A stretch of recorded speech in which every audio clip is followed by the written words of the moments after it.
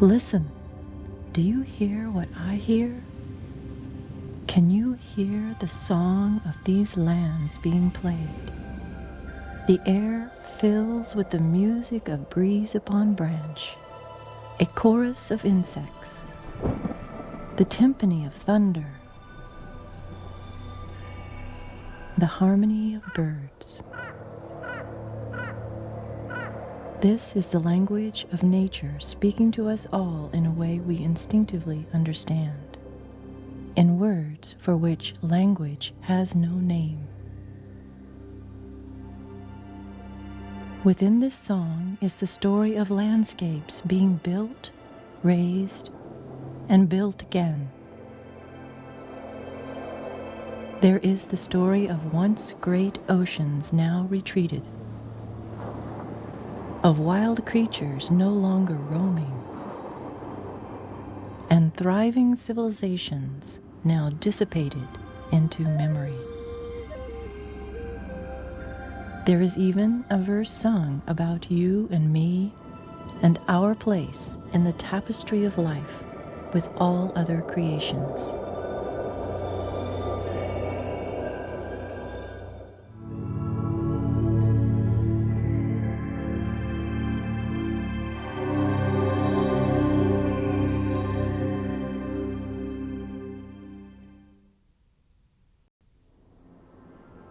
Within this arid region of the Southwest, the landscape resembles an enormous staircase.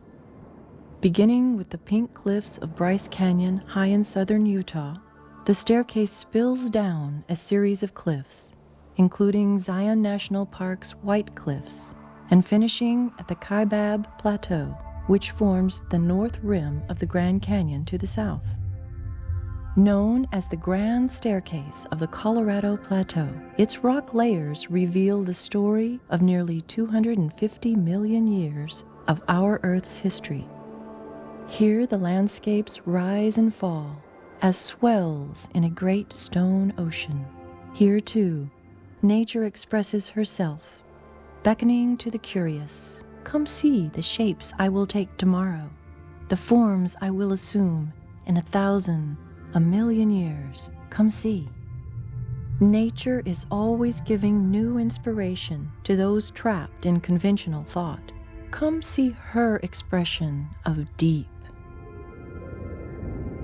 of vast, nimble, colorful, of balance and determination. Come see her expression of the miraculous. Come with me and explore the top of the staircase, the first pink cliff step of Bryce Canyon, where, performing in great stone amphitheaters, the music of nature building landscapes plays on.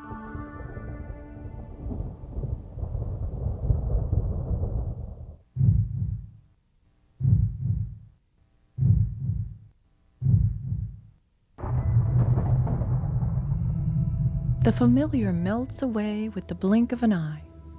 What is this place? Bryce Amphitheater, yes. But these columns, fins, and spires, swirling in colors and patterns, what of they? Something calls you to cautiously approach the dizzying edge, to peer out from what you know into what is unfathomable, into what is possible with infinite time. Your question as to how this place might have come to be may be answered with a breeze or the shadow of cloud. All around are the sounds of nature shaping, working, moving these lands with the suggestion of wind, the sweep of rains, mixing the colors for a painting ever being refined. For eons, the music of natural process has played across this eastern edge of the Pink Cliffs since the first union of cloud and stone. Rain, simple rain, shaping the rocks with the zigzagging paths of water being pulled relentlessly to the lowest points, sometimes freezing, expanding, breaking like great cymbal crashes, lifting great spires of stone, matching the shapes of something familiar in our minds. Those who first inhabited the nearby river valleys and mesas must have explained these shapes with legend and story. Their civilizations have passed out of favor with the desert, their language and customs gone, their stories of the canyons vanished. Others followed, somehow etching a life from the plateau. Their words describing the place where red rocks stand like men still linger on the land. Ponsagant, Yovimpa, Pikipa. What things do you see when you gaze out upon this splendor? Hunters? Hares? Hammers? Cities? A Raj's palace? A gateway to the past or to the future? What new shapes, what new sculptings will emerge? There are as many forms in the rocks as the billowing clouds silently passing overhead. There are 15 named cliff-top viewpoints in the park, yet there is no number for the limitless ways to see it. These features, first declared a national park in 1924, are now preserved, protected by man to multiply, decay, or even disappear. Bryce is a region of contradictions. The rugged and sturdy embrace the soft and delicate, the massive and the minute, the spectacular and the subtle, all somehow perfectly balanced, arranged like the bones, tissues, and vessels of one complete body.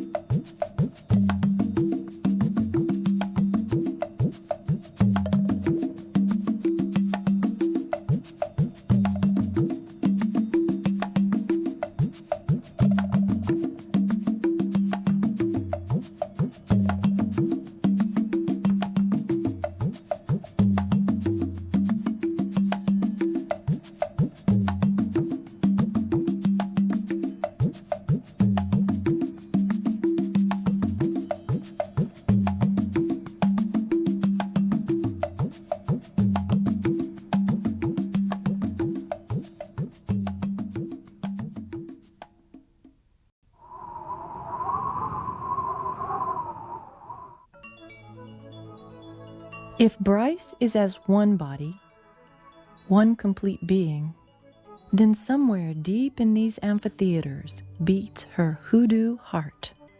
Hoodoo, a not-so-technical name for these crazy rock formations, was derived from the word voodoo, for the magic, jaw-dropping spells they seem to cast on casual observers. What, if anything, does it mean that these forms exist?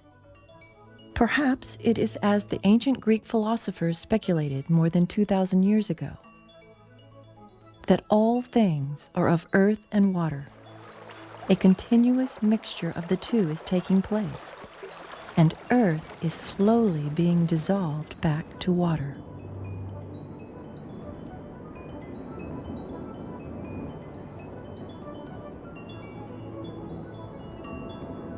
Geologists might, in some small part, agree.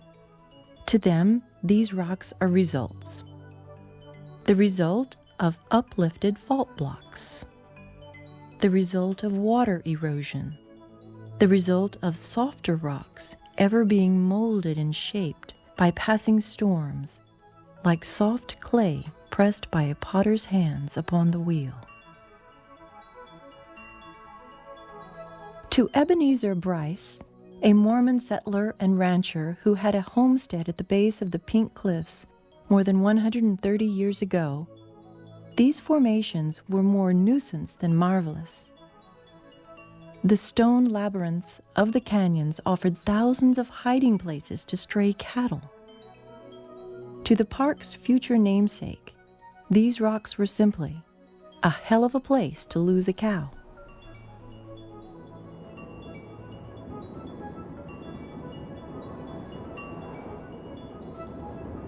Yet, to renowned naturalist and author Greer Cheshire, a hike into the world below the rim offers a chance to commune with the desert. Standing on the Bryce Rim, mesmerized by trumpeting colors and the beckoning maze, one hears the sirens call. Succumbing to their music, one sinks below the rim in a reverence of song. Hiking down the trails from the rim can be a treacherous and difficult endeavor. Loose footing, switchback trails,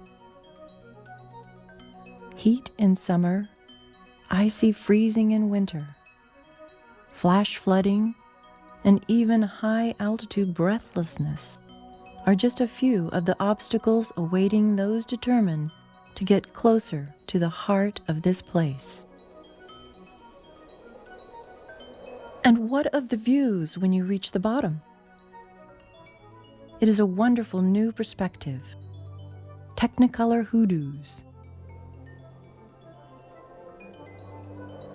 Thin stone bridges.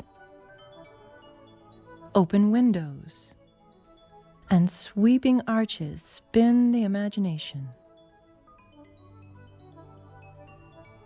Spires are clearly delineated against the bluest of skies, resembling great red pillars, supporting the sheltering clouds in the heavens above.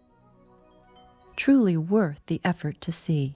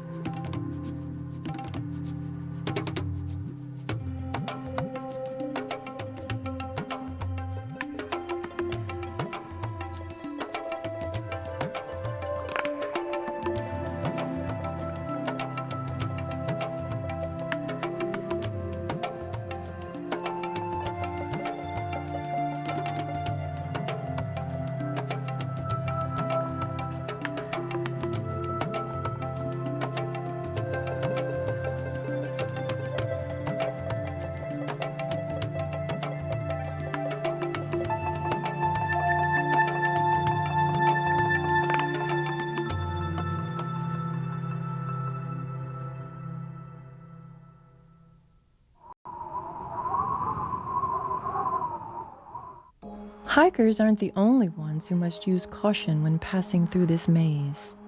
All life that spills over the rims and into Bryce's great amphitheaters must succumb to the rules of the desert, because down here, nature sings a different tune. The desert's ways can be strange to those accustomed to the amenities of other landscapes. She can only nurture a select few to a certain size. There is no room for excess here. Civilizations, forests, and animals must all finally succumb to the harsh, rigid demands of these ever-evolving landscapes.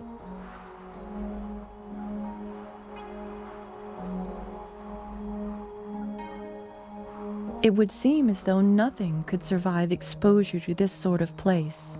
Yet, offered no other way to be, the species that call this place their home have developed into the unique niches and roles they fill. Down here, if the desert decides to nurture you, there is incredible bounty to be had. There is longevity, uniqueness, and a saturation of color unmatched and unnamed. And just as the hoodoo landscape affects the shape of those species living in their shadows, so too will a walk within their corridors change something about each of us. In marked contrast, the vibrant forest communities atop the rim are more forgiving and densely populated than those of the pinyon juniper variety down below. Here the song of wind plays upon the branches of aspen, spruce, and fir. Each season here is marked by new colors of white on white, green on gold, and emerald on jade.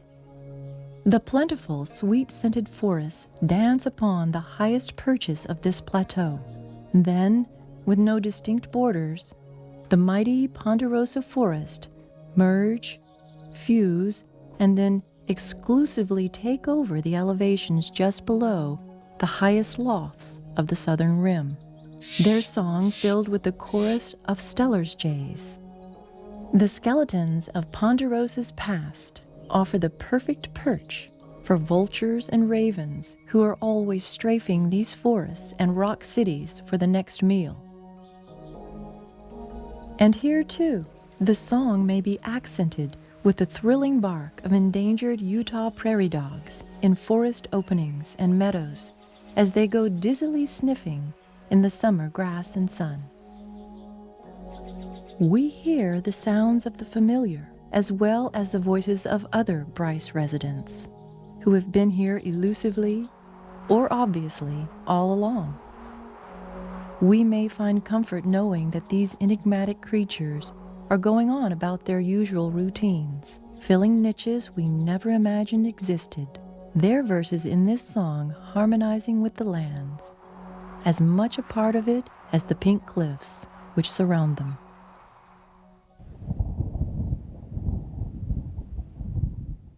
What do you take with you from your time here? What might the passage of time bring?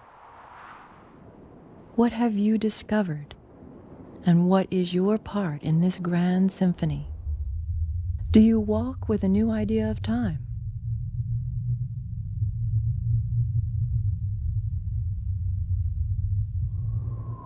Did you name a new color? Pocket a small stone from the path? Or do you wear a smile brought back from deep in the silent cities? Have you gained a fresh respect for the concept of wide, of clear? For certain, wild places are always generous in their giving. Nobody walks away empty-handed. Nature is forever giving us new perspectives and new ideas. She is full of answers for those who take the time to ask, and is always obliging to take the time to show. ever the muse generating possibility in all of us. There may well be no reason for wild places to exist other than to challenge and inspire our imaginations.